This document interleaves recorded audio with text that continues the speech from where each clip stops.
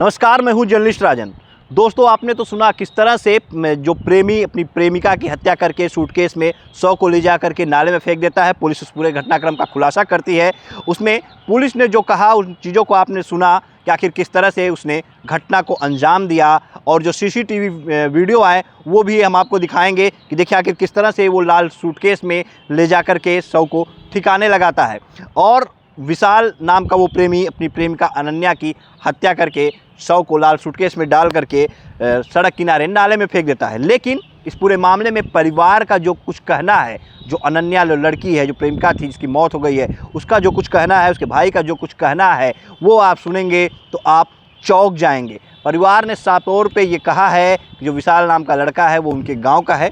और परिवार तो हालांकि ये कहता है, इस बात से इनकार करता है कि विशाल और अनन्या में कोई प्रेम था ही नहीं, कोई प्रेम रिश्ता उन लोगों के अंदर नहीं था। हाँ, दुश्मनी गांव की ज़रूर थी। वहीं पुलिस ये कहती है कि ये दोनों काफ़ी दिनों से रिलेशनशिप में थे, दोनों का प्यार, दोनों में प्रेम चल रहा था। और उसी के चलते 24 को जो है विशाल यहाँ पहुँचा हुआ था और रात में अनन्या के साथ रुका, और सुबह 25 को किसी बात को लेकर कहा सुनी हुई और विशाल ने अनन्या की हत्या की और उसकी बॉडी को ले जा करके सूटकेस में डाल करके ठिकाने लगा दिया। वहीं भाई जो है अनन्या का, वो साफ तौर पे एक मैसेज ये देता है, वो कहता है मीडिया के सामने कि मरने से पहले अनन्या के मोबाइल से एक मैसेज आया था जिसमें उसने लिखा था कि भैया कुछ बात बतानी है वरना मैं मर जाऊंगी। अब आखिर वो कौन सी बात थी जो अनन्या बताना चाहती थी अपने परिवार से। हालांकि उसके भाई विनोद ने यह भी कहा कि ये मैसेज अनन्या ने नहीं बल्कि विशाल ने ही किया था, क्योंकि अगला मैसेज फिर हिंदी में आया और उसमें लिखा था कि कोई बात नहीं, मैं शाम तक घर आ जाऊंगी। और अनन्या हिंदी में मैसेज नहीं करती थी बल्कि वो फ़ोन करके बात करती थी। तो सवाल कई उठते हैं इन बयानों के बाद कि क्या अनन्या ने ही कोई मैसेज किया था या फिर सबको गुमराह करने के लिए वाकई में विशाल ने ये मैसेज किया था। और विशाल ने ये मैसेज किया था तो आखिर क्यों, सवाल कई उठते हैं कि आखिर अगर अनन्या ने ये मैसेज किया होगा तो आखिर वो कौन सी बात रही होगी जो वो अपने परिवार को बताना चाहती रही होगी, जो अपने भाई को बताना चाहती थी। क्या कुछ था, हालांकि ये तो पुलिस की जांच में ही निकल करके सामने आएगा कि हाँ वाकई में मैसेज किसने किया था और इस पूरे घटनाक्रम में आखिर क्या खिचड़ी अब तक जो है वो पकती चली आई। क्योंकि परिवार साफ तौर पे प्रेम की बात से इनकार कर रहा है, वो मानने को तैयार नहीं है कि अनन्या और विशाल के बीच कोई प्यार का रिश्ता था, बल्कि वो ये कह रहा है कि हाँ बस दुश्मनी थी, गांव की दुश्मनी थी। लेकिन हकीकत क्या है वो पुलिस के जांच के बाद ही क्लियर होगा। हालांकि पुलिस ने प्रथम दृष्टया यही पाया है कि विशाल और अनन्या के बीच प्रेम का रिश्ता था और दोनों साथ में रहते थे। कई बार जब अनन्या की शादी होने के बाद भी दोनों मिलते रहे, जिसके चलते अनन्या की शादी टूट गई। वही परिवार इस दावे को भी खारिज करता है। परिवार कहता है, जो माँ है वो साफ तौर पे कहती है कि शादी इसलिए नहीं टूटी थी बल्कि शादी इसलिए टूटी थी क्योंकि वो जो लड़के वाले थे, जो अनन्या का पति था, वो ज़्यादा शराब का सेवन करता था, वो लोग सही नहीं थे, इसलिए उन्होंने छुट्टी छुट्टा करा दिया था, यानी शादी तोड़वा दी थी। फिलहाल कौन सही है कौन गलत है ये तो जांच के बाद ही क्लियर होगा। लेकिन विशाल सलाखों के पीछे पहुंच चुका है। लेकिन विशाल के इस पूरे कृत्य की जो सीसीटीवी वीडियो सामने आई है, जो पुलिस के हाथ लगी है, जो मीडिया में चल रही है, जो दिखाया जा रहा है, इसे देखने के बाद आप भी हैरान हो जाएंगे कि आखिर कैसे अनन्या की हत्या करने के बाद उसने सूटकेस में, और पुलिस ने जो बताया कि जब उसने पलटा से अनन्या के ऊपर हमला किया तो अनन्या बेहोश हो गई थी।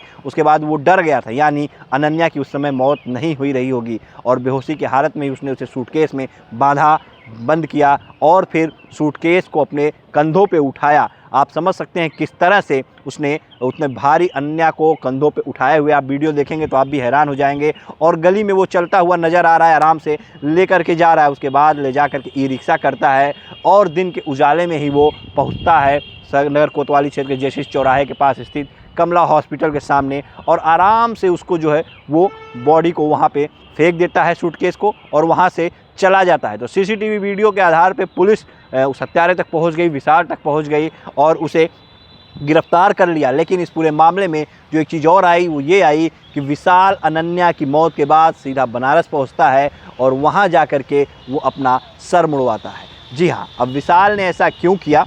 क्या उसे ये था कि अगर कोई सीसीटीवी वीडियो होगा तो वो पकड़ा जा सकता है, इसलिए वो अपनी पहचान बदलने के लिए उसने सर को मुड़वा दिया? तो बहुत से सवाल इस पर खड़े होते हैं और सारे सवालों का जवाब पुलिस की जांच के बाद ही मिल पाएगा कि परिवार के दावों में कितनी सच्चाई है और विशाल और अनन्या के बीच कब से प्रेम प्रपंच चल रहा था, क्या कुछ रहा हत्या की वजह, क्या मामूली कहासुनी हो गई या जानबूझ करके विशाल ने अनन्या की हत्या की, जो भी है मारा है उसको भी फांसी होना चाहिए।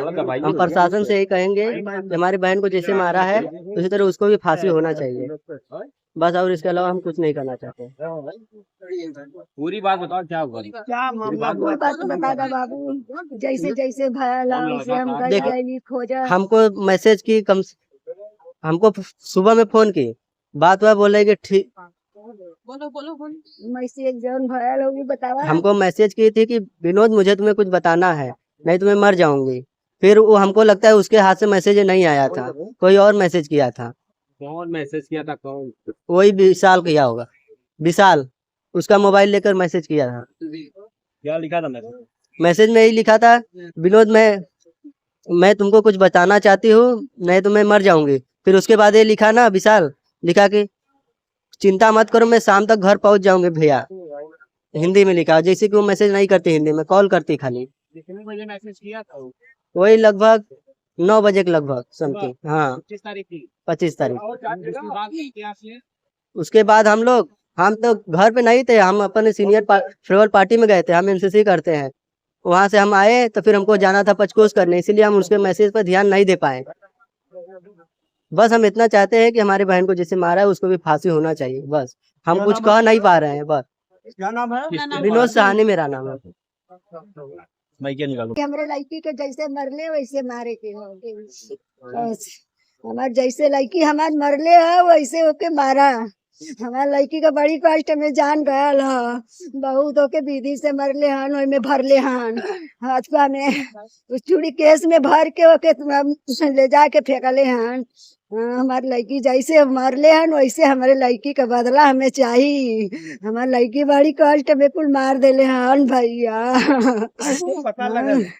अरे वो फोन नहीं कैलास, फोन करत रहा रोज फोन करत रहा, संझा के स्विच ऑफ बतैला, सवेरे 10 बजे बाद भर, 10 बजे के बाद नहीं बात भयल। हमारे रानी के बड़ी कष्ट में मार देले हन, सब चूड़ी केस में फेंक देलन मार के, ना बात भल। तब हमें बेचैनी छावे लगल कि हमार रानी के का हो गयल, कैसे हुए लगली यहाँ आके खोज। लड़की के कहली हमार लड़की का भइल कि ना स्विच ऑफ हो मोबाइल, काहे ना मिलत है। पहले मोबाइल आज 4 दिन हो गल, 4 दिन हो गल। 4 दिन में 10 बजे के क तारीख के 25 तारीख से 10 बजे से बात भयल, ओकरे बाद नहीं 9 बजे बात। हाँ 9 बजे भयल हो, फिर ओकरे बाद नहीं बात भयल है। केकरे साथे कहाँ गए? काम करत रहली न, मॉल में काम करत रहली न, रूम पर रहत नहीं भाड़ा पर। रोज फोन करत नहीं कि मम्मी हम सही है, तू चिंता हमार मत कर, हमें चिंता मत कर, अब बोनस मिली हमार काना से, साल भर हो जाए तो 50-60 हजार मिली मॉल में से, तू हमार चिंता मत करे, हमें गाड़ी घोड़ा दे के हमार बियाह दान करे, हमें ऐसे बोलत रहली न। शादी भयल वहाँ से छोड़ती 1 महीना के अंदर हमें हम करा ले, पिया कर रहे ऐसे छोड़ा ले रही। लड़का आपके गाँव में करा है? हाँ लड़का हमारे गाँव का, वो छोड़ देले रहनी, वो से बोला छोड़ देले रहनी, पता नहीं कैसे फिर का कैला सब मरला सा, कौन दुश्मनी बस इतना बोल दो कि बस।